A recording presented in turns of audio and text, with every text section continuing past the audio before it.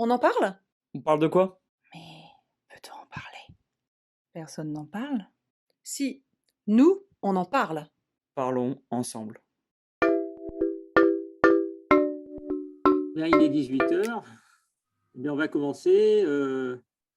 Je vous souhaite la bienvenue à tous. J'espère que tout le monde m'entend et que les connexions sont bonnes. Je suis Moïne Joma, donc président du comité 85 de la Ligue contre le cancer. Et nous allons faire aujourd'hui notre webconférence qui a pour terme l'hormonothérapie dans le cancer du sein. C'est de mémoire la 5e ou 6e webconférence qui a de plus en plus de succès. Aujourd'hui, on est avec le docteur Baptiste Sautret, qui est médecin gynécologue, oncologue, qui travaille au centre Paul Papin à Angers, qui va nous expliquer un petit peu ce que c'est que l'hormonothérapie dans le cancer du sein, nous faire un petit topo là-dessus. Je vois que ça intéresse beaucoup de gens. Un gros succès, Monsieur Sautret, aujourd'hui pour vous, parce que l'hormonothérapie, évidemment, et le cancer du sein, c'est quelque chose qui est extrêmement, j'ai envie de dire, encore malheureusement d'actualité dans tout ce qui est cancer. Évidemment, je voulais juste rappeler à tout le monde que cette webconférence est enregistrée et pourra être éventuellement accessible si vous le souhaitez. Nous aurons une demi-heure à peu près d'intervention du docteur Sautret, et puis il pourra venir le temps des questions. Si vous en avez, je suis certain qu'il y en aura déjà beaucoup. Je ne vais pas accaparer votre temps, docteur Sautret, je vous laisse la parole. Et quant à moi, je vais vous laisser parce que je suis obligé de m'absenter. Donc, écoutez, bonne intervention et bonne webconférence à tous. Merci, docteur Moin. Bonjour, je remercie la Ligue contre le cancer de Vendée de m'avoir convié pour parler de l'hormonothérapie. C'est un sujet qu'on a à cœur de développer et on a surtout à cœur de donner des informations sur un traitement pour les patientes qui vont le prendre plusieurs années, un comprimé à prendre tous les jours. Et c'est vrai que quand on prend une médication comme ça tous les jours sur plusieurs années, c'est bien de savoir pourquoi on le prend, comment ça marche, et on va le voir s'il y a des effets indésirables, comment les juguler. Donc pour les questions en fin de topo, n'hésitez pas. Alors, l'hormonothérapie en traitement après un cancer du sein, il faut savoir déjà que c'est un faux terme. Ce n'est pas des hormones que l'on propose, mais c'est plutôt des traitements anti-hormones féminines, donc c'est un traitement anti-hormonal. Ce qu'il faut savoir, c'est que quand on prend ce type de traitement, dans 70% des cas, c'est bien toléré. On a des effets indésirables dans 30% des cas. Et le plus souvent, ces effets indésirables, au bout de 3 mois, disparaissent. Quand ça persiste, il y a des moyens, on va les voir pour les juguler. Si vous prenez le traitement et que rien ne se passe, il faut le plus souvent attendre 3 mois. Si aucun effet indésirable ne se produit, le plus souvent, c'est gagné. Il n'y aura pas d'effet indésirable au décours pendant plusieurs années. Alors, l'hormonothérapie, comment ça marche? On va le voir. Tout d'abord, vous vous rappelez que les hormones féminines sont sécrétées par les ovaires, du coup, à partir de la puberté chez les petites filles. Et lorsque la femme est ménopausée, ces ovaires ne fonctionnent plus et ne sécrètent plus d'hormones féminines. On a découvert déjà à la fin du 19e siècle que certains cancers du sein, c'est la grande majorité, 70% des cancers du sein, étaient gourmands en hormones, c'est-à-dire qu'ils se nourrissaient d'hormones féminines pour se multiplier, grossir. Donc, dans 70% des cas, le cancer des seins est dit hormonosensible, c'est-à-dire qu'à la surface des cellules cancéreuses, il y a des petits récepteurs, comme en forme de petites mains, qui sont présentes à la surface et qui viennent capter dans le sang les hormones féminines qui circulent pour les ingurgiter, s'en nourrir et pour pouvoir ainsi se multiplier, croître. On a découvert que quand on bloquait justement cet apport entre guillemets de nourriture aux cellules cancéreuses, elles avaient plus de difficultés à se multiplier, voire elles mouraient. C'est pour ça qu'on a développé du coup l'hormonothérapie.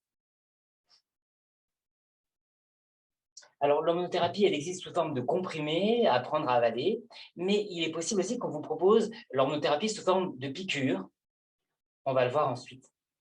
Alors, euh, l'hormonothérapie, elle est proposée en protection après le traitement du cancer du sein. Le cancer du sein qui a été traité par chirurgie, quelquefois chimiothérapie et radiothérapie.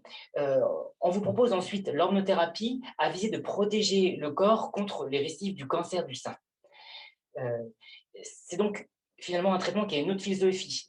Ce n'est pas un traitement curateur, mais c'est plutôt un traitement que l'on délivre en tant que protection, un traitement protecteur. On sait que ça réduit le risque de récidive du cancer du sein de plus de 50% quand on le prend 5 ans. Euh, pour toutes les femmes, c'est au minimum 5 ans. On peut avoir sa durée prolongée de 7 ans, voire 10 ans, lorsque surtout on a un petit ganglion d'atteint au niveau axillaire.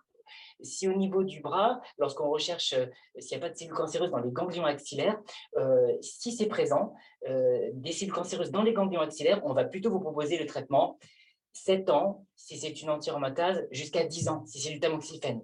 On va le voir après. Donc, en fin de compte, ce traitement-là, il est à visée de protection contre les récidives du cancer du sein.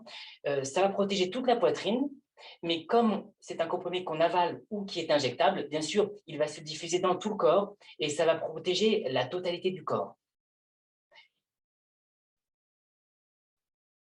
Alors, il existe 3 différents types d'hormonothérapie. Pour les patientes non ménopausées, on va leur proposer le tamoxifène. Pour les patientes ménopausées, on va leur proposer une antiaromatase. Et là, il en existe 3, le létrozole, le leximestane ou l'anastrozole. Et c'est intéressant parce que si une des 3 est mal tolérée, eh bien, on peut se permettre de changer pour une autre. Et ça peut être quelquefois le jour et la nuit entre 2 antiaromatases. L'une ne peut pas être tolérée, par exemple, pour des bouffées de chaleur, et l'autre totalement bien tolérée pour le corps. Et ensuite, on a l'hormonothérapie sous forme injectable que l'on propose aux patientes non ménopausées avec ou en remplacement du tamoxifène ou bien associé à une antiaromatase. On va le voir plus tard. Concernant le tamoxifène, on va commencer par ces comprimés que l'on propose aux patientes non ménopausées après le traitement d'un cancer du sein en protection contre les récidives. Alors, comment ça agit le tamoxifène? Eh bien, le tamoxifène, c'est une molécule qui vient se fixer sur les récepteurs aux hormones à la surface des cellules cancéreuses. Et en fait, en se fixant sur le récepteur, eh bien, ça va bloquer le récepteur et celui-ci ne pourra pas aller absorber, ingurgiter du coup les hormones qui circulent dans le sang. C'est-à-dire que si, plusieurs années après le traitement de son cancer du sein, une petite cellule cancéreuse venait à renaître dans le sein, si elle est gourmande en hormones, elle aurait à sa surface des récepteurs. Et l'une des premières choses qu'elle ferait pour se multiplier, grossir, c'est d'aller chercher dans le sang, avec ses récepteurs, aller capter dans le sang des hormones pour se nourrir. Et puis là, en fait, elle rencontrerait le tamoxifène qui circule, le tamoxifène se fixerait sur ses récepteurs et ça l'empêcherait de se nourrir. Et donc, ça, du coup, en principe, ça la tuerait. On sait que donc, le tamoxifène a pour but de diminuer le risque de récidive du cancer du sein de plus de 50%. On le propose 5 ans habituellement, mais on peut aller vous proposer jusqu'à 10 ans si un petit ganglion au minimum est atteint au niveau axillaire. Il faut savoir que le tamoxifène, ça peut couper les règles dans 60% des cas, même si c'est pour une jeune femme de 20 ans, par exemple, et il ne faut pas oublier une contraception. Attention, ce n'est pas parce qu'il y a plus de règles qu'on n'ovule pas, et il y a un risque d'être enceinte sous tamoxifène. Et en plus, le tamoxifène, ça provoque des malformations fétales. Donc, il faut toujours une contraception, si on n'est pas ménopausé, et une contraception, bien sûr, naturelle, sans hormones, parce que du coup, les hormones, si une petite cellule venait à renaître, elle pourrait s'en nourrir. Donc, contraception soit préservatif, stérile en cuivre ou ligature des trompes. Quand on vous prescrira le tamoxifène, on sera vigilant aux autres médicaments que vous prenez parce qu'il peut y avoir des interactions. Deuxième type de comprimé, les antiaromatases que l'on propose aux patientes ménopausées. Alors eux, comment ça marche? Il faut savoir que quand on est ménopausé, finalement, les ovaires ne fonctionnent plus. Les ovaires ne sécrètent plus d'hormones féminines et ça, c'est pour toujours, c'est vrai. Donc, vous allez me dire, bah, Si mes ovaires ne fonctionnent plus, il n'y a plus d'hormones féminines dans mon sang, donc il n'y a plus de risque d'avoir de carburant si une petite cellule venait à renaître. Eh bien, on a découvert qu'au niveau du corps, euh, eh bien, il y avait une petite molécule au niveau des muscles, de la graisse ou du foie, qui s'appelle aromatase, qui vient capter dans le sang les hormones masculines, qui les transforme en hormones féminines et qui les relargue dans le sang. Donc, en fait, même chez la femme ménopausée, il y a toujours un petit filet d'hormones féminines qui circule euh, à cause de l'aromatase. Donc, on va proposer aux patientes des comprimés qui sont des anti-aromatases qui vont bloquer ces petites molécules pour empêcher qu'elles sécrètent des hormones féminines. Là, il en existe 3 différentes, létrozole, anastrozole et xénestane. Et c'est intéressant, comme je vous dis, parce que si on ne tolère pas bien l'une, eh bien, on vous proposera facilement une autre. Chez la femme ménopausée, le but de ce traitement, c'est de protéger contre les récidives. On va me donner ce traitement 5 ans habituellement. On peut me proposer de le prolonger jusqu'à 7 ans, notamment si j'ai eu un petit ganglion atteint au niveau axillaire sous le bras. Enfin, il existe une autre hormonothérapie sous forme d'injection que l'on propose aux patientes non ménopausées. Le plus souvent, on propose cette injection associée à un comprimé.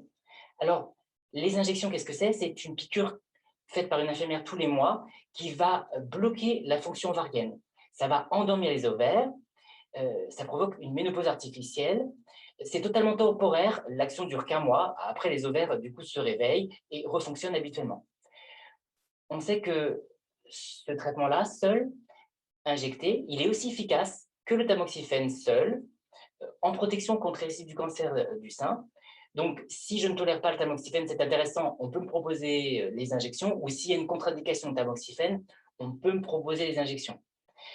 On a découvert que les injections associées, qui provoquent une ménopause artificielle, associées aux comprimés qu'on donne aux dames ménopausées, qui sont les anti-aromatases, c'est ce qu'on appelle la double hormonothérapie. On a découvert que cette double hormonothérapie était aussi bien protectrice contre les récidives, un peu plus même que le tamoxifène seul.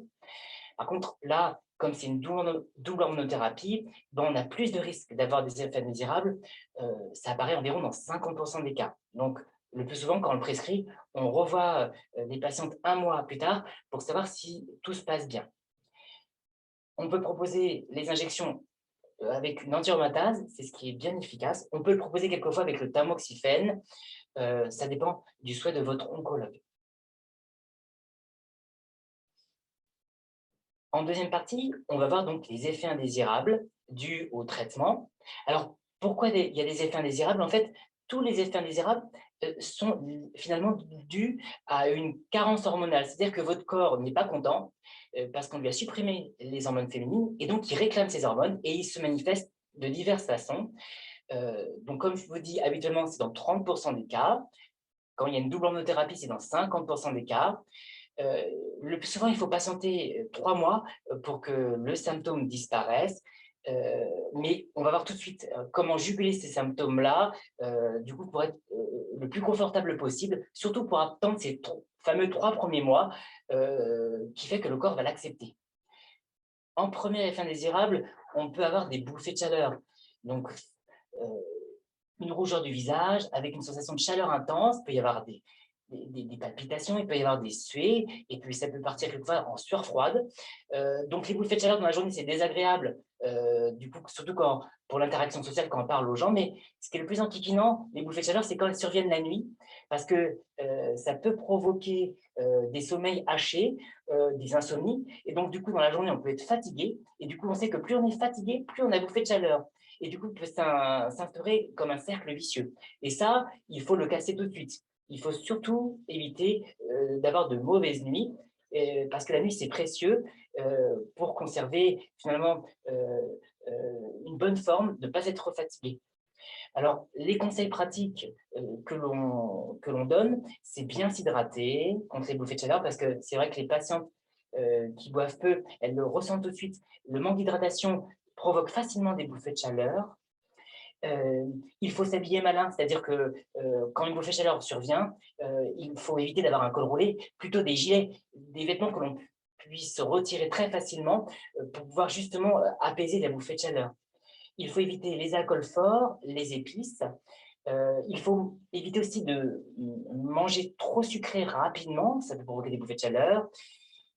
Il faut éviter de fumer, parce que c'est vrai que si on fume, on a le plus souvent des bouffées de chaleur la demi-heure qui suit la prise de la cigarette. Et surtout, il faut conserver une bonne nuit. Donc, essayer d'avoir une température corporelle quand on dort, du coup, ni trop élevée, ni trop froide, pour être confortable. Parce que c'est vrai que quand on dort, la température corporelle s'élève et à un certain seuil, eh bien, ça peut déclencher la bouffée de chaleur. Donc, il faut veiller à avoir une température corporelle idéale la nuit quand on dort. Alors, si le conjoint, lui, aime du coup la couette épaisse avec les plumes de bois, certes, c'est bien. Pour vous, plutôt des couches diverses de couverture pour essayer de réguler les choses. Laisser du coup la porte ouverte, éviter les pièces surchauffées, voilà, pour éviter cela. Ensuite, il existe des traitements non hormonaux efficaces que l'on peut prendre sans problème. Abufène, ce sont des acides aminés. Cérélis, c'est du pollen purifié. Actéane, c'est de l'homéopathie. Ça marcherait dans 60% des cas, mais le souci, c'est que c'est plus remboursé par la sécurité sociale parce que c'est considéré comme médicament de confort par la sécurité sociale dorénavant. Donc, éventuellement, si votre mutuelle rembourse ce type de traitement, vous pouvez leur demander. 3 séances d'hypnose ou 3 séances d'acupuncture sont reconnues efficaces contre les bouffées de chaleur. Vous pouvez essayer, c'est naturel, il n'y a pas de risque. Surtout, ce qu'il faut éviter, c'est les phytoestrogènes, les hormones végétales que l'on trouve du coup en complément alimentaire dans certains traitements qui existent chez le pharmacien ou au supermarché contre les bouffées de chaleur. Ça marche bien, mais le problème, c'est que c'est interdit, bien sûr, puisque c'est des hormones végétales. Donc ça, c'est contre-indiqué. Logiquement, contre les bouffées de chaleur, ces conseils-là marchent bien. Si c'est insuffisant, on peut proposer des médicaments qu'on dit hors AMM, c'est-à-dire que ce n'est pas écrit sur la fiche que c'est des traitements contre les bouffées de chaleur, mais nous, médecins, on sait que ça marche bien. Soit Effexor, gabapentin, qui sont un antidépresseur ou un antiépileptique à faible dose délivré contre les bouffées de chaleur. Mais le problème, c'est que ces traitements-là peuvent avoir des effets indésirables de type vertige, somnolence, prise de poids. Donc, on évite au maximum et on le donne en dernier recours. On peut donner sinon un traitement anti-fuite urinaire qui marche contre les bouffées de chaleur, mais qui peut donner des sécheresses des muqueuses et une constipation opiniâtre. Donc, le plus souvent, on évite de donner ces traitements-là parce qu'on arrive à juguler les choses avec les autres traitements et les conseils, surtout pour passer les fameux 3 premiers mois, le temps que le corps s'habitue aux médicaments. Deuxième effet indésirable, cela peut être les sécheresses vulvo-vaginales. Il faut savoir que les muqueuses génitales de la vulve et du vagin sont sensibles aux hormones et à cause des traitements, elles peuvent s'affiner et moins lubrifier. Alors, contre cela, on propose de prolonger les préliminaires. Si avant les préliminaires, c'était quelques minutes, là, peut-être attendre 10 minutes avant la pénétration. Facilement, on prescrit du coup des lubrifiants intimes.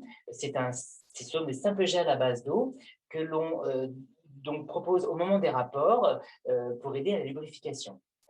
Si c'est insuffisant, on peut proposer des hydratants vaginaux en dehors des rapports sous forme d'ovules ou de gel. Ce qui est autorisé après cancer du sein, bien sûr, c'est tous les gels non hormonaux. Tout ce qui est hormonal, c'est interdit. Et du coup, il existe bien entendu des gels non hormonaux ou des ovules. Par contre, ce n'est pas remboursé par la sécurité sociale. Et les compositions qui marchent bien, ce sont celles à base d'acide hyaluronique, de polycarbophiles ou encore de vitamine E. Et là, vous avez diverses marques du coup proposées là sur la slide. On sait que l'association de ces hydratants vaginaux associés à des probiotiques, c'est-à-dire des ovules qu'on met dans le vagin à base de bonnes bactéries, des probiotiques, les deux associés permettent une bonne hydratation. Il s'agit d'ovules que l'on applique dans le vagin une fois par mois, qui contiennent des millions de bactéries, des bonnes bactéries qui vont se répandre dans le vagin, et ça va changer le pH vaginal et aider du coup à l'hydratation. Alors souvent, ça marche très bien. Traitements hydratants locaux, à peu près 1 à 2 fois par semaine, plus 1 fois par mois des probiotiques pour l'hydratation des muqueuses. Si ça ne marche pas bien, il existe d'autres techniques, mais par contre qui ne sont pas remboursées par la sécurité sociale. C'est un certain coût. Souvent, c'est proposé sous forme d'études parce qu'on attend encore un petit peu de recul pour savoir si ces données délivrées en toute innocuité.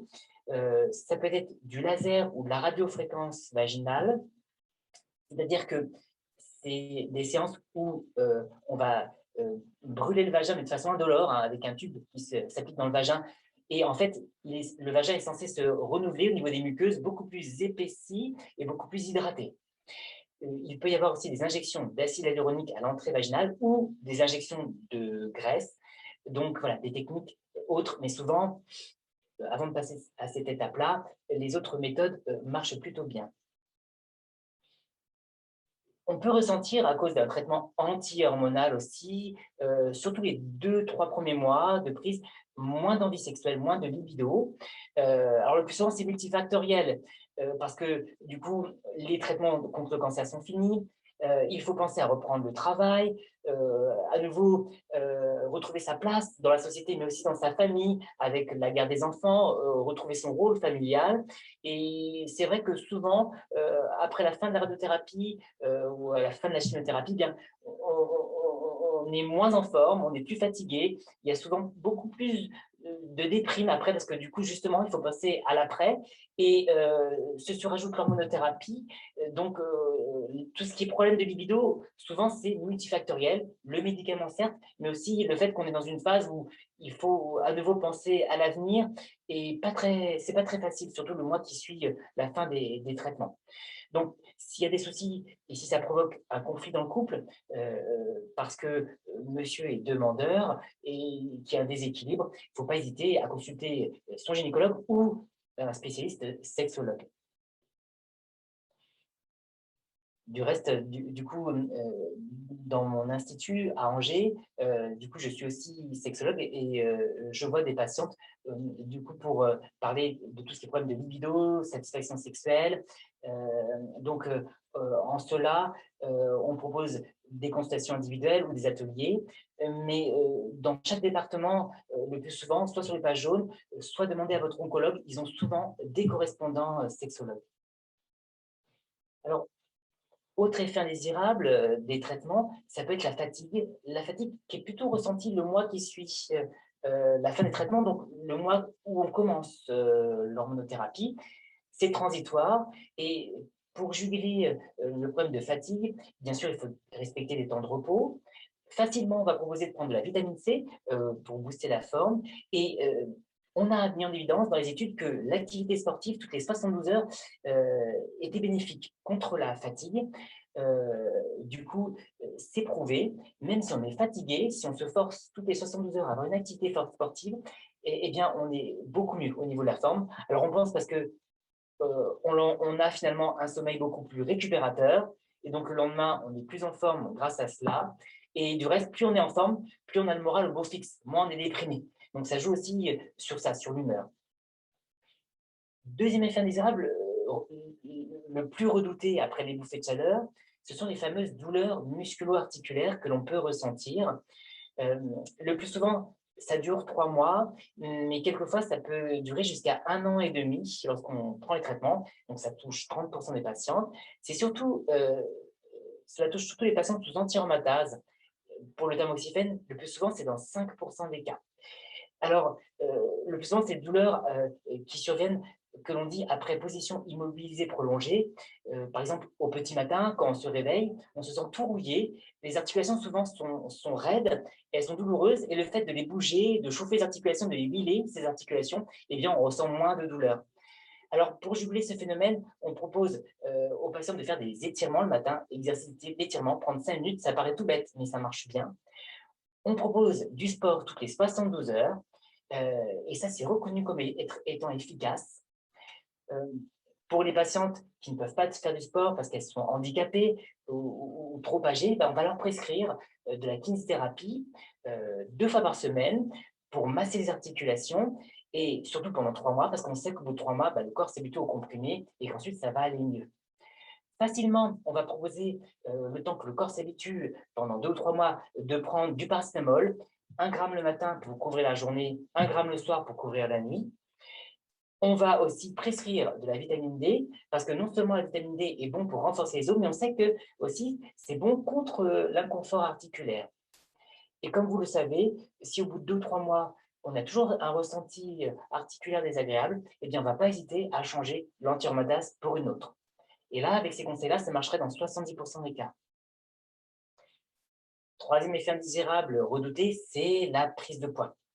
Alors là, le plus souvent, c'est aussi multifactoriel. On pointe du doigt l'hormonothérapie, mais elle n'est pas seule en cause. Le plus souvent, l'hormonothérapie fait prendre 2 ou 3 kilos, et encore, si on fait attention, on peut éviter cela. Mais la prise de poids, en général, elle est due à tout l'enchaînement des traitements. On est opéré, donc on est en arrêt de travail, donc les activités habituelles que l'on fait tous les jours, ça change. On est opéré quand même au niveau du sein, qui limite les mouvements habituels et qui limite éventuellement ses activités sportives habituelles. Donc là, le poids, il grimpe. Ensuite, on peut avoir de la chimiothérapie avec les doses de corticoïdes injectées à chaque séance de chimiothérapie qui fait prendre du poids. Donc là, le poids continue à augmenter. Et enfin, on a l'hormonothérapie qui fait grappiller un tout petit peu de poids. Et puis, on va se dire, ah, bah, là, je regarde ma balance, bah, voilà, j'ai pris du poids, c'est dû à l'hormonothérapie. Mais du coup, comme je vous dis, il n'y a pas que. Donc, c'est précieux pour son moral, pour sa santé, d'avoir un poids bien équilibré. Et c'est vrai que je vous invite dans votre centre, dans votre hôpital, à solliciter vos oncologues, savoir s'il y a des coachs sportifs à disposition ou encore des diététiciennes pour une aide. Du coup, nous, sur Angers, il y a des aides individuelles, mais aussi des ateliers. Et même à la Ligue, on a des conférences, du coup, en ce sens. Ligue 49, on demandera tout à l'heure aux responsables de la Ligue de Vendée si c'est aussi de même, et je pense que oui. Alors là, en dernière partie, c'est les effets indésirables vraiment spécifiques à chaque comprimé. Donc, alors, si vous ne prenez pas le tamoxifène, n'écoutez pas. Si vous n'êtes pas ménopausé et qu'on vous proposera le tamoxifène, vous pouvez écouter. Le tamoxifène, ça peut épaissir le sang, donc il faut éviter de fumer avec, parce que c'est rare, mais ça peut provoquer des phlébites, c'est-à-dire l'apparition d'un caillot qui va boucher une veine, le plus souvent au niveau d'un mollet. Donc, une phlébite, on le ressent, quand une veine est bouchée au niveau d'un mollet, eh bien, on a mal dans le mollet. Au bout d'un moment, comme le sang ne peut plus passer, le mollet va gonfler, il va devenir rouge et chaud. Et en fait, le risque, c'est que si on marche et que le petit caillot de sang qu'il y a dans la jambe se décroche, cela peut remonter dans la circulation sanguine et ça peut aller dans le poumon. Et là, ça peut être à risque de faire une embolie pulmonaire dangereuse qui pourrait être mortelle, où on a des douleurs dans le thorax, on est essoufflé, on crache du sang. Alors, bien entendu, tout ça, c'est rare. Du coup, on va surtout être vigilant à se surveiller. C'est-à-dire qu'on va vous dire, si vous êtes sous tamoxifène, de bien surveiller les symptômes de phlébite. Et il n'y a pas de problème, vous pouvez appeler dans la journée. Et s'il y a un doute, dans la journée, on a un rendez-vous à vous proposer pour voir un angiologue pour éliminer toute phlébite qui est une urgence. Tout ça, c'est rare. Il faut savoir que nous, gynécologues qui prescrivons souvent les pilules, hein, on entend parler des pilules, ça donne aussi des phlébites et les jeunes filles, bien sûr, ne partent pas en courant. Elles ne craignent pas de prendre la phlébite, de prendre la pilule. Donc là, c'est pareil, c'est un phénomène rare. Il ne faut pas être inquiète. Par contre, si on a un antécédent personnel de vaisseau qui s'est bouché, on ne peut pas prendre le tamoxifène. On va plutôt prendre les injections. Ou bien on prend le tamoxifène, mais associé à un anticoagulant, ce qui complique un petit peu les choses. Donc là, souvent, cela est évité. Deuxième effet indésirable avec le tamoxifène, il faut prévenir son oncologue, son chirurgien ou radiothérapeute. Hein, tous sont à même de vous répondre avec l'hormonothérapie si on a une vision floue. Ça arrive dans les premières semaines de prise de tamoxifène. Si c'est le cas, on va demander à votre ophtalmologue de voir en urgence pour faire un fond d'œil. Lui va nous dire si c'est le tamoxifène. Et du coup, si c'est le tamoxifène, il faudra l'arrêter. C'est réversible pour les yeux, mais par contre, on ne peut pas le continuer. Le tamoxifène peut donner des nausées les premières semaines. Et en fait, le phénomène, on arrive à le briser, on arrive à l'arrêter en cassant le comprimé en deux, en prenant un demi-comprimé le matin et un demi-comprimé le soir de tamoxifène. Et comme cela, ça répartit dans le sang la dose de tamoxifène et on n'a plus de nausées. Alors, cette technique de prendre 10 mg matin, 10 mg le soir, c'est-à-dire casser son comprimé en deux, eh bien, ça marche pour tous les effets indésirables du tamoxifène, les bouffées de chaleur, les raideurs articulaires, les sécheresses vaginales. En revanche, il n'y a que le tamoxifène qu'on peut couper en deux. On ne peut pas couper l'anti-aromatase, le comprimé donné aux patientes ménopausées. quand on vous prescrit le tamoxifène, on va vous demander d'aller voir dans les premiers mois de prise ou bien avant votre gynécologue pour faire une échographie pelvienne de référence, c'est-à-dire pour une échographie qui va voir votre utérus et vos ovaires, parce qu'il faut partir sur de bonnes bases. Il faut être sûr qu'au niveau des ovaires, il n'y ait pas d'anomalie, ni au niveau de l'utérus. Parce que, en fait, le tamoxifène peut provoquer des kystes au niveau des ovaires. Des kystes, c'est des petites bulles à la surface de l'ovaire qui apparaissent, qui sont bénignes, hein, ce n'est pas grave. Par contre, ça peut faire mal, et donc il y a des traitements efficaces qui existent. Donc, comme on dit, sous tamoxifène, eh bien, si j'ai des douleurs pelviennes, il faut que je prévienne mon gynécologue pour une échographie. Il me diagnostiquera un kyste et puis il me délivrera un traitement. On fait une échographie de référence pour être sûr qu'on ne part pas déjà sur un kyste, pour partir sur une base saine. Ensuite, il faut informer son gynécologue quand on prend le tamoxifène si on a des saignements bizarres entre les règles, ou bien tout le temps, si on n'a plus de règles, parce que ça peut être le signe d'une muqueuse de l'utérus qui s'est épaissie, voire de la création d'un polype. Un polype, c'est une excroissance de muqueuse qui apparaît au cœur de l'utérus, dans l'utérus, et qui saigne un petit peu tout le temps. En fait, un polype, c'est bénin. Ce qu'il y a, c'est qu'un polype qui est présent, qui s'imprègne pendant plusieurs années de tamoxifène, peut se cancériser. C'est rarissime, assez rare. Souvent, il y a des symptômes avant que ça apparaisse. Mais si un polype apparaît, il faut le retirer. Donc, il faut être vigilant. Douleur pelvienne ou saignement bizarre gynécologique en cours de traitement de tamoxifène, on appelle son gynécologue pour faire le point. Ensuite, les effets indésirables spécifiques aux antiaromatases. Contrairement au tamoxifène qui peut renforcer les os, les antiaromatases, elles, peuvent déminéraliser les os. Donc, ça peut provoquer de l'ostéoporose. Le plus souvent, ça ne survient pas parce qu'on fait une surveillance régulière de la qualité des os par la densitométrie osseuse chez le radiologue, qui est des imageries de 2 ou 3 os du corps. Et en fait, on va voir si vos os ne sont pas transparents. Déjà, initialement, des images de référence pour voir si les os ne sont pas trop transparents. Et bien sûr, s'il y a un doute, on vous donne un traitement pour protéger les os et être sûr qu'il n'y aurait pas de déminéralisation due à l'antiaromatase.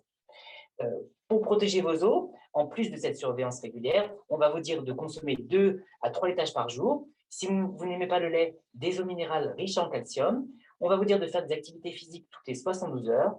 On va vous dire d'éviter de fumer et d'avoir un poids bien régulé. Sous l'antiaromatase, il est recommandé de faire des bilans sanguins pour dépister le cholestérol et les triglycérides tous les ans, parce que ces taux-là peuvent varier, peuvent s'élever à cause des antiaromatases. Donc, on fait une surveillance ainsi. Lorsqu'on a des injections, donc double-hormonothérapie ou injection seule, là aussi, il peut y avoir une déminéralisation osseuse, donc on fait une surveillance des os régulière par des imageries de densimétrie osseuse chez le radiologue, et on donne les mêmes conseils concernant la consommation de laitage ou d'eau minérale riche en calcium. Alors, je pense que j'ai tenu les temps, et du coup, j'espère que vous avez compris que l'hormonothérapie, ce n'est pas un traitement d'hormones, mais justement, au contraire, un traitement anti-hormonal que l'on donne aux patientes après le traitement d'un cancer du sein à visée de protection contre les récidives de la maladie. Une prise régulière maximum, une prise régulière, c'est bien sûr un maximum de bénéfices, mais il se peut que vous l'ayez oublié 1 ou 2 fois, et là, ce n'est pas grave, il ne faut pas paniquer, vous êtes toujours protégé. Si vous avez une gastroentérite et que vous vomissez du coup votre repas et que vous voyez votre comprimé passer, eh bien, pas de panique, prenez-le plutôt demain, le lendemain plutôt que le jour même, hein, il n'y a pas de risque. Si juste un week-end, vous êtes parti en vacances et que vous l'avez oublié, pas de panique, hein, pas de demi-tour sur l'autoroute, il n'y a pas de souci, on peut éventuellement l'avoir oublié 1 ou 2 fois. Hein. Il ne faut pas que ce soit régulier, mais du coup, on est toujours protégé. Et alors, il faut savoir que nous, on a une expérience où on sait que, enfin, on a vraiment cette expérience que l'hormonothérapie est un médicament puissant, parce que pour certaines dames très âgées qui ont plus de 90 ans, on en voit qui peuvent avoir des cancers du sein. Ces dames-là, eh bien, on ne peut pas leur proposer de chirurgie, quelquefois parce qu'elles sont trop fragiles, ou encore bien sûr de chimiothérapie. Hein.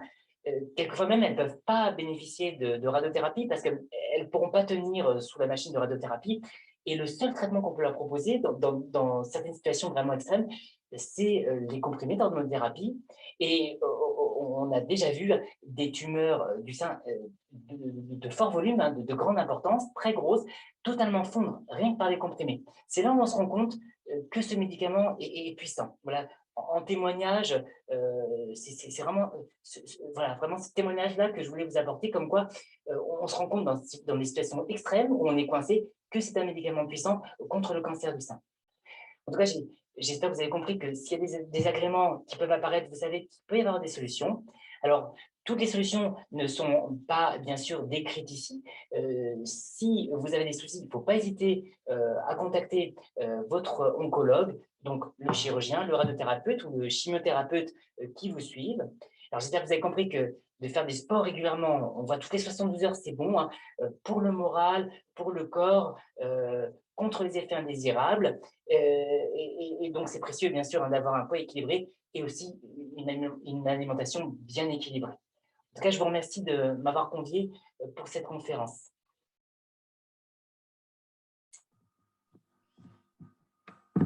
Super. Merci à vous, Dr Sautré. C'était très complet et très intéressant. Ça va être l'heure des questions. Il y en a beaucoup. On va peut-être pas avoir le temps de tout voir, mais on va essayer en tout cas. Alors, une première question, une personne qui a 40 ans et qui vient de commencer l'hormonothérapie pour 10 ans. Et elle se demande que se passe-t-il quand on arrête à 50 ans? N'est-ce pas laisser de nouveau la place aux récidives? Alors, en fait, on propose du coup 5 ans, 7 ans, 10 ans. En fait, après cette période-là, eh bien, on est le moins à risque de récidiver. En fait, le risque de récidive dans le temps, c'est une courbe qui va descendre tout doucement comme ça. À 2 ans, cette courbe, elle commence à chuter fortement. Donc déjà, le cap de 2 ans de passé, c'est important. Et ensuite, elle va diminuer tout doucement pour être finalement proche du seuil d'avoir un risque de cancer de la population générale. À 5 ans. Par contre, quand on a un petit ganglion d'atteint, cette courbe-là, elle est plutôt, elle se lisse plutôt, elle descend tout doucement et elle commence à être proche de celle de la population générale à 10 ans. Par contre, on sera toujours un petit peu au-dessus de ce fameux risque d'avoir un cancer par rapport à une dame que l'on rencontre dans la rue qui n'a jamais eu de cancer. Donc, en ce sens, même si le risque il est faible de récidiver quand on est à plus de 5 ans, voire 10 ans, eh bien, il faudra toujours, par contre, continuer à faire ces mammographies tous les ans et à vie. Il ne faudra jamais reprendre un rythme de mammographie tous les 2 ans. Et alors, il faut savoir que quand on l'arrête, il y a des dames qui ont peur de l'arrêter et souvent, elles se le font prescrire en cachette par leur médecin généraliste, un petit peu une année supplémentaire. On leur dit non, non, vous inquiétez pas, si on vous dit que c'est possible de l'arrêter au bout de 5 ans, arrêtez-le, notamment parce qu'il y a aussi un phénomène qu'on appelle le phénomène carry-over, les Américains appellent ça comme ça. En fait, c'est que quand on l'arrête, eh bien, la protection contre le cancer du sein persiste encore 2 ans supplémentaires. C'est-à-dire que si on prend le traitement pour 5 ans, c'est une protection pour 7 ans. Si on le prend pour 10 ans, finalement, sa protection est pour 12 ans. Donc, il ne faudrait pas avoir de crainte de l'arrêter. Alors, je sais que pour des gens pour des femmes qui ont pris le rythme de le prendre tous les jours et qu'il n'y a aucun effet particulier, que tout va bien, elles voudraient en prendre un peu plus longtemps, mais on peut être rassuré quand même à distance des traitements. Ok. Je vais juste vous demander est-ce que vous pouvez arrêter votre partage d'écran, comme ça on vous verra mieux. Ouais, Non, alors c'est juste en bas. Ça va être compliqué ou pas? Bon, sinon c'est pas grave. Normalement, c'est bon. Alors une deuxième question. Un peu plus précise cette fois-ci, est-ce qu'on peut être sous traitement hormonothérapie, donc le tamoxifène, et utiliser du Doliprane tous les jours pour des céphalées?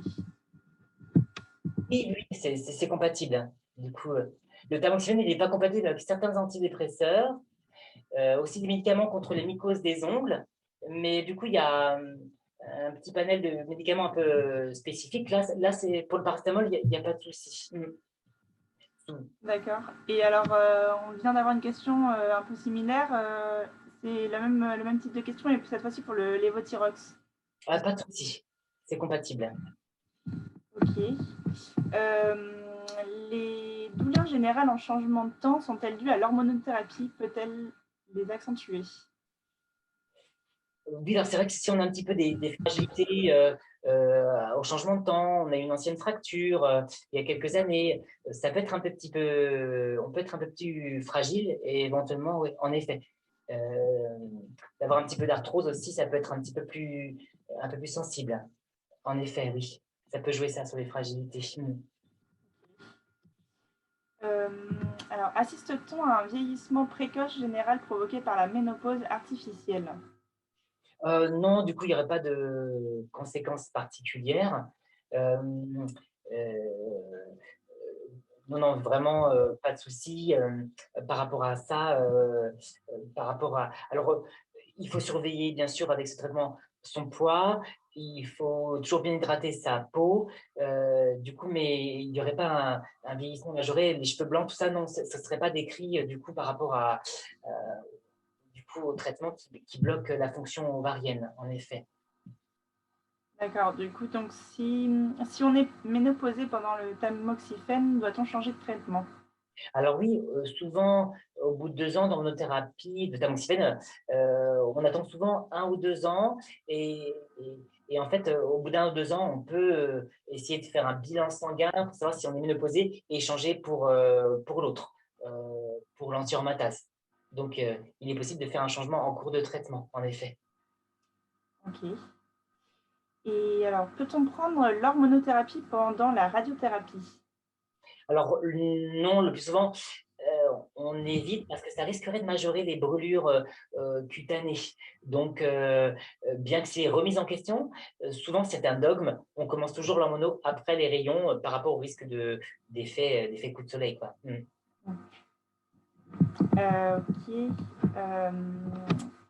Alors, une personne qui est sous traitement tamoxifène, j'ai de plus en plus de retard dans mes cycles. Est-ce que ce médicament provoque l'arrêt des règles? Oui, arrêt des règles dans 60% des cas, même moins de flux sanguin. Donc, c'est pour cela qu'il faut avoir une contraception. Il ne faut pas se dire, ah bah chouette, j'ai plus mes règles, j'arrête ma contraception. Non, non, on est toujours à risque d'être enceinte. Du coup, ça bloque dans 60% des cas des règles, et ça, quel que soit l'âge. Donc, voilà, ceci pourrait expliquer cela. Ok. Alors là, c'est une question sur les effets secondaires encore.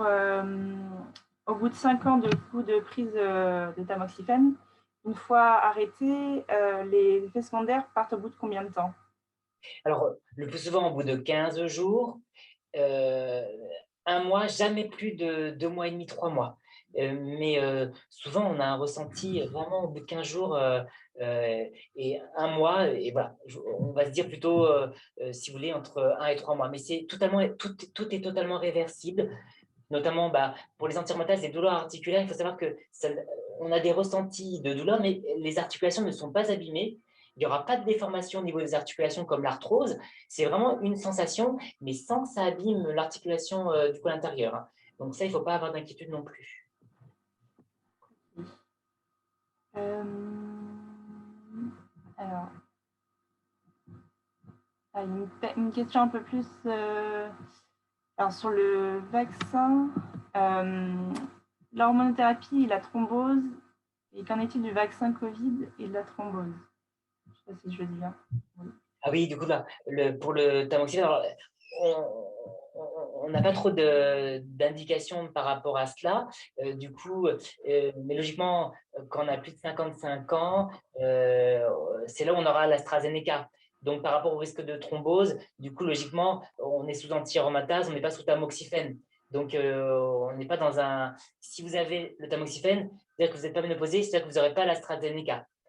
Donc, voilà, parce que l'anti-aromatase, donc il n'y a pas de souci, il n'y a pas de risque de thrombose. Donc, ce n'est pas une contre-indication, du coup, le traitement pour, euh, pour son calendrier vaccinal à soi par rapport à l'âge. D'accord. Alors là, c'est une personne plus sur le traitement aromazine. Alors, ça fait 1 an qu'elle prend ce traitement. Le plus dur est-il fait ou est-ce que c'est au bout de 3 ans que j'opterai un confort de traitement? Ou à partir de combien de temps, en fait, si apparemment il y a un confort de traitement? Alors, au bout de 3 mois, s'il n'y a aucun effet indésirable qui est apparu, c'est que c'est gagné pour plusieurs années. Et les effets indésirables, le plus souvent, ça dure 3 mois et après, ça s'estompe. Si c'est toujours présent, c'est-à-dire qu'il faut éventuellement changer pour une autre anti-aromatase. Hein. Il faut vraiment se dire, ah bah, je me donne 3 mois, s'il y a des effets indésirables et si ça persiste, allez hop, je vais demander à mon oncologue, radiothérapeute ou chirurgien si je peux en changer. Vous voyez. Ok. Alors, c'est pas une question. Il y a une personne qui est donc sous tamoxifène. Elle aurait voulu savoir si elle pouvait toujours prendre du CBD qui permet d'éviter les douleurs dues à une polyarthrite héréditaire. Bon, alors pour la CBD, je ne sais pas s'il y a des interactions avec le tamoxifène. Du coup, la CBD, ça peut être prescrit par les médecins douleurs en cancérologie. Donc, il faut demander au médecin qui vous prescrit le traitement s'il n'y a pas d'interaction. Là, je peux pas vous dire. Ouais. Okay. Nous, on fait une demande à notre pharmacie souvent quand il y a des choses un peu comme ça, un petit peu particuliers. On a l'hôpital qui a une pharmacie où on demande s'il y a des effets indésirables avec des médicaments un petit peu rares comme ça. Et alors, peut-être, vous savez quels aliments et huiles essentielles sont contre-indiqués avec le tamoxifène. Alors, du coup, alors, tout ce qui est huile, les médicaments, compléments alimentaires, il faut éviter tout ce qui est phytoestrogènes. Mais ça, c'est pas par rapport au tamoxifène, hein, c'est par rapport à son antécédent de cancer du sein. Même si son cancer du sein n'est pas gourmand en hormones, le principe, c'est qu'il faut éviter de prendre des hormones. Et alors, ce qu'il y a, c'est qu'il y a de nombreuses plantes et c'est vraiment tout un glossaire. C'est gros comme une Bible, hein, toutes les plantes qui existent sur Terre qui peuvent avoir des hormones végétales. Ce qu'il y a, c'est qu'il ne faut pas faire de restrictions alimentaires. C'est-à-dire qu'on peut manger de tout, il n'y a pas de risque. Ce qu'il y a, c'est qu'il ne faut pas aller chercher du coup ces plantes-là en excès. Soit sous forme d'aromathérapie, soit sous forme de comprimé où il y a la plante concentrée dans le comprimé, là qui est à risque. Par contre, bien sûr, si on mange du soja, soja c'est célèbre comme étant un phytoestrogène, hein, où il y a des hormones végétales dedans. Si on mange du soja à excès tous les jours, c'est-à-dire le matin un bol de lait de soja, à midi un steak de soja et le soir 2 yaourts de soja, là c'est vrai qu'il faut éviter quand même cela. Mais sinon, on peut manger de tout. Le soja, on peut en manger. Il y en a aussi un petit peu partout. Les lécithine de soja dans les gâteaux, dans les plats préparés, tout ça. Il ne faut pas se bloquer. C'est vraiment quand on le prend, c'est dangereux en excès.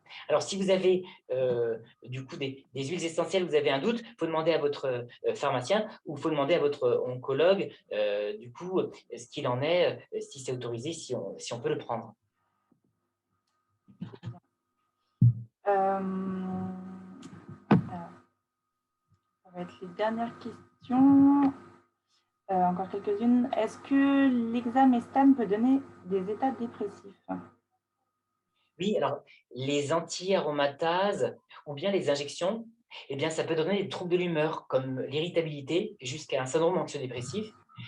Alors, ce n'est pas décrit avec le tamoxifène, mais quand même, on a un doute. Donc, alors, je ne l'ai pas mis parce que c'est un phénomène moins fréquent, du coup. Mais logiquement, quand on le prescrit, on dit aux patients, bah, si vous sentez un trouble de l'humeur, il ne faut pas hésiter à nous le dire pour qu'on en change de traitement.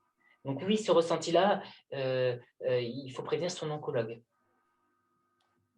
D'accord. Et sauriez-vous nous dire quelle est la différence entre le tamoxifène et le Zoladex?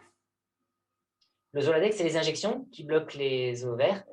Donc, et le tamoxifène, c'est des comprimés que l'on prend, comme on a vu, l'action différente qui va bloquer les récepteurs aux hormones. Du coup, si une petite cellule cancéreuse venait à renaître, ça va bloquer ces récepteurs pour qu'elle ne puisse pas se nourrir. Donc, voilà. Du coup, c'est différent, totalement différent. C'est 2 hormonothérapies différentes que l'on donne aux patientes non ménopausées, que l'on peut donner en association, éventuellement, le Zoladex plus le tamoxifène. Et ils ont une action synergique et efficace, du coup. D'accord. Et alors, quelle solution? Vous avez parlé d'effets secondaires sur les sécheresses vaginales. Vous avez parlé de plusieurs solutions. Est-ce que le colpotrophine est une solution? Alors, la colpotrophine, c'est des ovules avec des hormones dedans. Et donc, il peut y avoir un passage dans le sang. Donc, c'est contre-indiqué. En plus, ce n'est pas celui qu'on préfère parce qu'il y en a d'autres qui existent avec moins de passages sanguins. Mais logiquement, non, il faut vraiment éviter. C'est vraiment vraiment qu'on a tout essayé et souvent, c'est très rare hein, qu'on soit obligé d'en prescrire. Logiquement, c'est contre-indiqué. Il faut au maximum l'éviter. Voilà, parce que du coup, il faut au maximum éviter tout ce qui est hormones. Donc, heureusement que d'autres méthodes existent et qui sont bien efficaces, hein, du coup.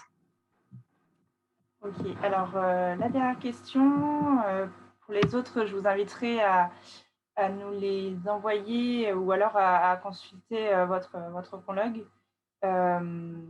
Consulter, oui, l'oncologue, parce que du coup, voilà, n'hésitez pas à envoyer des mails à leur secrétaire ou autre. Du coup, si je ne peux pas répondre à une centaine de questions. Oui, c'est ça. Donc, c'est pour ça ça va être la dernière de chez dernière. Non, vous êtes plus de 100, donc merci hein, pour la participation en tout cas.